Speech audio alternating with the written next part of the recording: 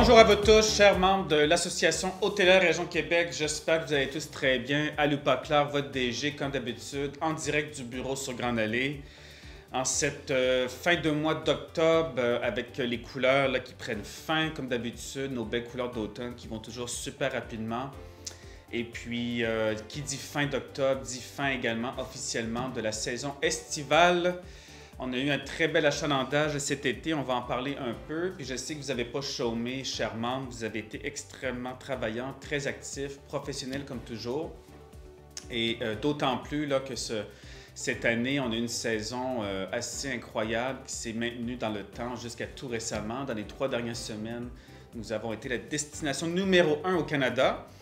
Donc, justement, rentrons dans le vif du sujet. La saison estivale 2025 qui vient de prendre fin se termine avec un taux d'occupation moyen de 85 % pour juin, juillet, août, septembre et octobre. C'est pas rien. Très bon mois d'août, par exemple. On a terminé le mois d'août avec plus de 90 % de taux d'occupation.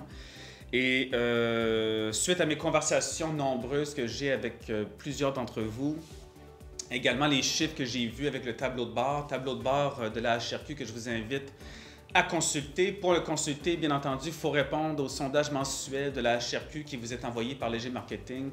Très important d'y participer, s'il vous plaît. Mais que ce soit le sondage mensuel de la HRQ ou les autres données sectorielles qu'on reçoit grâce à Destination Québec Cité, l'Alliance, Statistique Québec, etc., on était à même de constater que le taux d'occupation cet été s'est maintenu de manière favorable et positive. À partir de juillet, il faisait très beau dans l'ensemble des régions de la grande région de Québec. Donc, ce n'est pas juste les centres-villes qui bénéficient d'un achalandage hors pair cette année. Donc, plus de 90 % de taux d'occupation pour le mois d'août. Un excellent mois d'octobre. Écoutez, du 5 au 11 octobre, nous avons été la destination numéro 1 au Canada avec 87 % de taux d'occupation en moyenne pour cette semaine-là. Également, la semaine du 12 au 18 octobre, toujours numéro 1 au Canada avec un taux d'occupation de 94 %. En ce qui a trait aux projections actuelles annuelles pour la destination, c'est-à-dire les projections des prochains mois, on s'attend à closer le mois d'octobre à 80 % de taux d'occupation en moyenne. On prévoit pour le mois de novembre un taux d'occupation de 64 %, ce qui est approximativement égal avec le taux d'occupation du mois de novembre en 2024. Et pour décembre, même chose, on s'attend à un taux d'occupation de 66 %.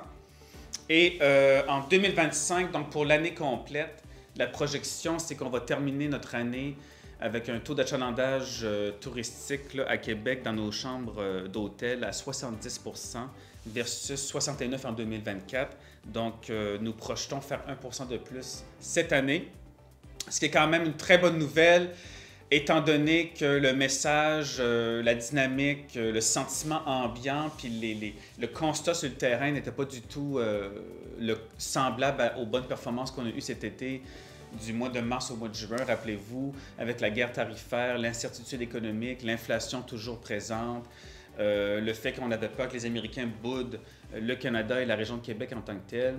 Donc, plusieurs de ces phénomènes-là ont effectivement eu lieu.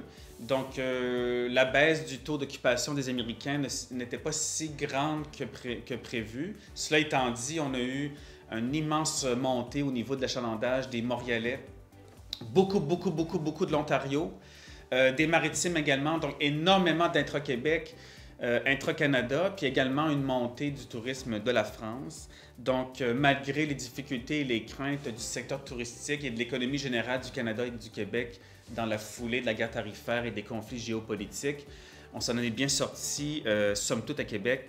D'ailleurs, vous n'êtes pas sans savoir que de nombreux collègues hôteliers à travers le Canada ou de nombreux collègues du secteur touristique à travers le pays contactent moi-même ou d'autres personnes de l'industrie pour dire « Mon Dieu, mais quel est le secret à Québec? » Car dans d'autres destinations, le taux d'occupation a baissé ou a stagné, alors que nous, à Québec, c'est en augmentation depuis 4 ans. Et puis cette année, malgré les craintes, on termine avec un très bon taux d'occupation pour la saison estivale, 85 %.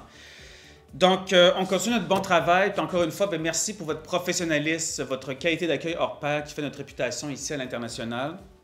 Et puis, merci aussi d'avoir été au rendez-vous à chaque jour lorsque l'association avait besoin de vous et d'être là pour bien servir l'ensemble des touristes du monde entier. Rapidement, je voulais vous faire part aussi de quelques dossiers et d'actions qui sont en cours à la HRQ. non seulement vous, chers membres, vous avez été extrêmement actifs dans les 4 derniers mois pour la saison estivale, mais c'était le cas aussi de l'équipe permanente à l'association hôtelière. Donc, rapidement, un peu pour illustrer et faire la démonstration de la progression incroyable d'un point de vue stratégique et de positionnement des destinations qui a été effectué à l'association hôtelière dans les 4 dernières années. Bien, écoutez, il y a 2 semaines, moi-même, en votre nom, j'ai fait partie d'une délégation économique de la Ville de Québec, chapeautée par Québec International.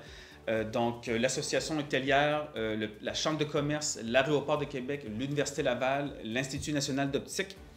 Avec Québec International, nous avons formé une délégation des acteurs économiques principaux de la région de Québec.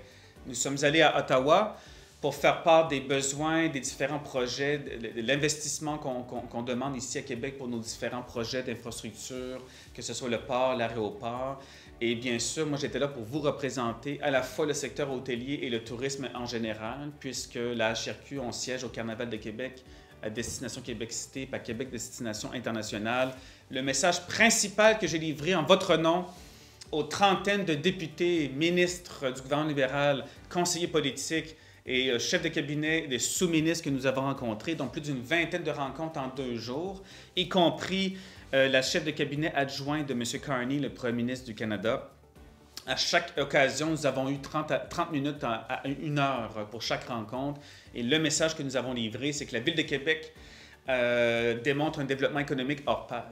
On a des opportunités incroyables. On est une ville en croissance, ne serait-ce que pour le tourisme. 2024, 2,5 milliards de dollars de retombées économiques, 35 000 emplois et 4,4 millions de touristes pour 3,5 millions de nuitées. Déjà qu'on sait que 2025 a été plus fort que 2024, donc les chiffres vont être encore meilleurs. Donc, essentiellement, j'ai dit aux acteurs politiques qu'il faut considérer l'hôtellerie et le tourisme comme des filières économiques à part entière qui ont des retombées économiques extrêmement importantes pour la destination de Québec et pour le Canada au complet. Et quand on regarde les projections touristiques mondiales, le Canada et la Ville de Québec particulièrement pourraient se hisser parmi les plus grandes destinations touristiques dans le monde si on fait les bons choix, si le gouvernement croit en nous, qu'il investit dans l'industrie touristique et hôtelière. Je leur ai présenté, bien entendu, non seulement nos forces, mais également nos faiblesses, c'est-à-dire les enjeux structurels au niveau de la mobilité des travailleurs étrangers. D'ailleurs, il y a une petite possibilité qu'on voit un déblocage au niveau de l'enjeu des travailleurs étrangers arriver bientôt. Le dossier est au bureau de M. Carney, le premier ministre, ça nous a été confirmé. Donc, finalement, belle délégation auquel nous avons participé à Ottawa. Également, les élections municipales. Comme vous savez, on a fait le tour des 6 candidats. On a fait une conférence de presse, moi et votre président, Julien April, le jour même qu'on a eu notre super-conférence au Bonne Entente. Et puis, on a été au téléjournal TVA, téléjournal de Radio-Canada, pour faire part du fait que nous demandons un gel de taxes municipales jusqu'en 2027, entre autres, parce qu'il y avait d'autres demandes. Également, nous avons débuté la conception du plan stratégique 2026-2028 qui va vous être présenté à l'AGA en 2026 l'année prochaine. On va avoir un lac à l'épaule. On a décidé d'aller vers une firme stratégique différente des 2 derniers mandats que nous avons donnés. Et on va upgrader la game, c'est-à-dire que l'objectif, c'est d'aller consulter le terrain. Donc, on va passer des entrevues à environ une trentaine d'hôteliers. On va avoir un lac à l'épaule en bonne et due forme fin novembre. Ce plan stratégique-là va être resoumis aux hôteliers qui ont été interviewés pour voir un peu qu'est-ce qu'ils pensent de notre réflexion stratégique. Ensuite, on va retravailler le plan pendant 2 mois pour le finaliser autour du mois de mars et vous le présenter en juin.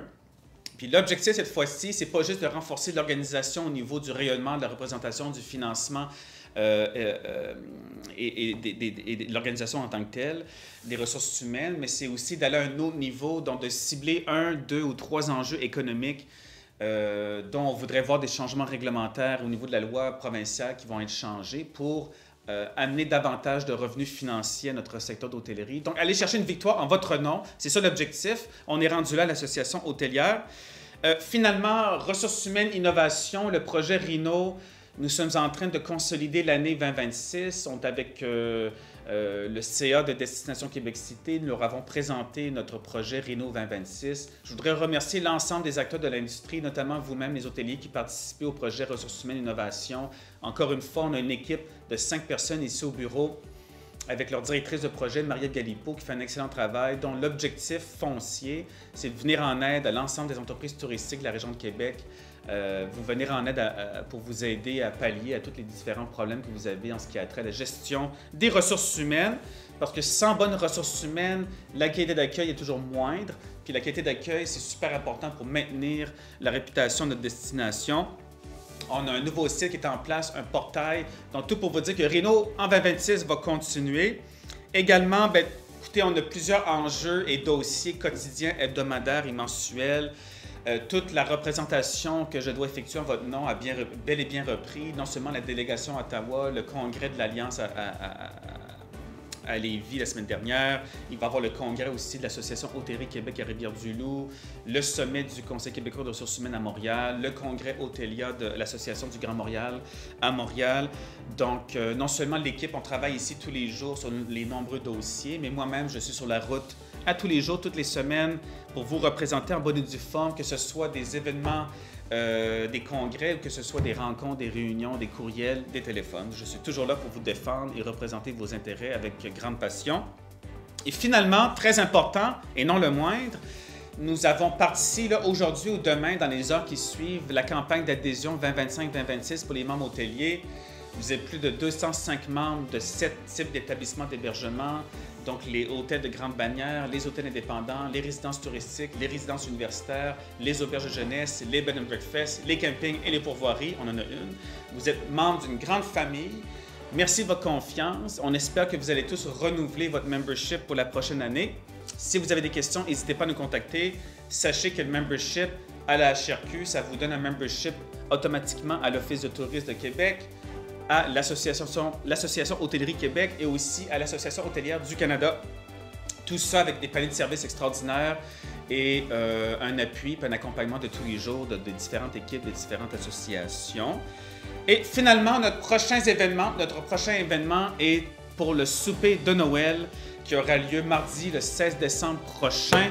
Nous allons tenir l'événement au théâtre Le Capitole, dont voici la grande nouvelle est émise. Vous allez voir le lien d'inscription plus bas dans l'infolette. Ça va être notre dernier événement pour clore le 60e anniversaire de l'Association hôtelière de la région de Québec. Donc, on s'attend à une très grande soirée avec un bon groupe de musique, du bon vin, et pour célébrer non seulement l'année 2025, notre 60e, puis célébrer le temps des fêtes qui va suivre par après. Encore une fois, merci de votre soutien. Merci de votre confiance. N'hésitez pas à me contacter en tout temps au 418-563-4052. Merci à vous.